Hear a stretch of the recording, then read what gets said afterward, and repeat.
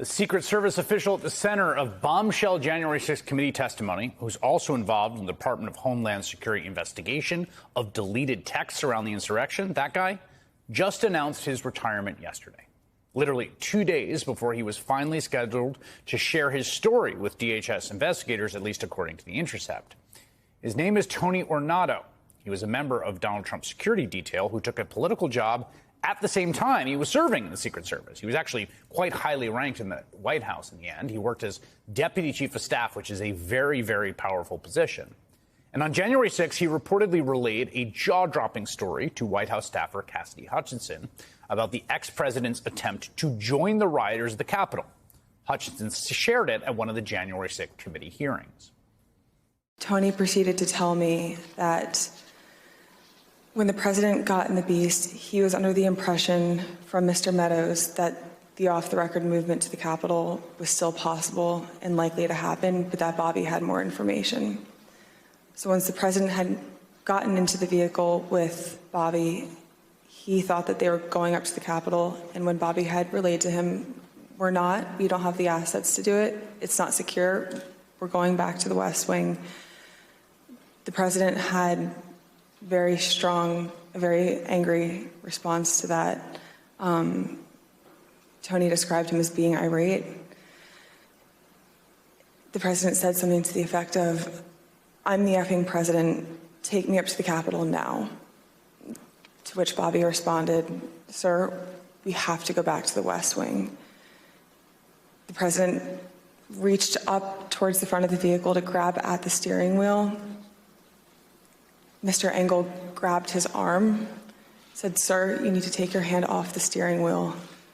We're going back to the West Wing. We're not going to the Capitol." Mr. Trump then used his free hand to lunge towards Bobby Engel. After that testimony, a single anonymous claim popped up, insisting that Ornato would happily refute Hutchinson's account under oath. 2 months have passed, and of course, that has not come to pass. No one came forward. No one has tried to refute the testimony under their own name, on the record, certainly not under oath. It takes a whole lot less courage to pop off anonymously than it does to raise your hand and testify under penalty of perjury like Cassidy Hutchinson did. Now, that guy who was in the room, as Cassidy Hutchinson said, relaying this story, right, Tony Ornato, is retiring. The question is, does that let him off the hook for these investigations? Joining me now is a reporter who broke the news of Ornato's retirement, Kyle Cheney, senior legal affairs reporter for Politico. Kyle, I should say that Ornato gave a statement basically saying that there was back and forth with the Office of the Inspector General about his testimony. They never identified a date. He was never scheduled to speak, but he's going to cooperate, and he's going to continue cooperating with January 6th committee and all other related investigations. What do we know about his retirement? So, look, he became eligible to retire earlier this year, and the Secret Service, in those 2 months, which you just described, in which he hasn't actually testified to the committee, has become the center of this enormous tumult related to these missing text messages surrounding January 6th and a leadership crisis there. So it's not surprising that we're seeing turnover. But as you pointed out, Tony Ornato was supposed to give this really, highly anticipated testimony responding to Cassidy Hutchinson, and also may have some information about these missing text messages that also appear to relate to January 6th. So his absence, his departure from government, while it doesn't get him off the hook for those interviews necessarily, it does change his posture. It changes the ability, for example, of the Department of Homeland Security to compel him to answer certain things. So it's a bit of a different dynamic with him as a private citizen as opposed to a currently serving member of the Secret Service. Right. My understanding is that there's just difference that when you're an employee, you can be compelled to cooperate with investigations, and when you're not, you can't. Right. And we also know, if I'm not mistaken, that several people at issue here, and I believe Mr. Ornato, as Congresswoman Zoe Lofgren, I think, indicated at some point, have retained private counsel to represent them as they go through these investigations. That's right. And I think, internally, look, the Inspector General of the Department of Homeland Security is looking into various matters related to January 6th and these, disappeared text messages. And that's one where when you're on the outside, it's a lot harder for the agency to compel you to cooperate. Now, he says he's going to appear for this testimony, according to that interview he gave, or according to that report in The Intercept. But, again, he can walk out of there at any time and say, I'm not compelled. You can't force me. Congress is a different story. The Select Committee may still be able to get him in and compel him to speak to them. But why that hasn't happened in the 2 intervening months since Cassidy Hutchinson spoke, we don't wholly know.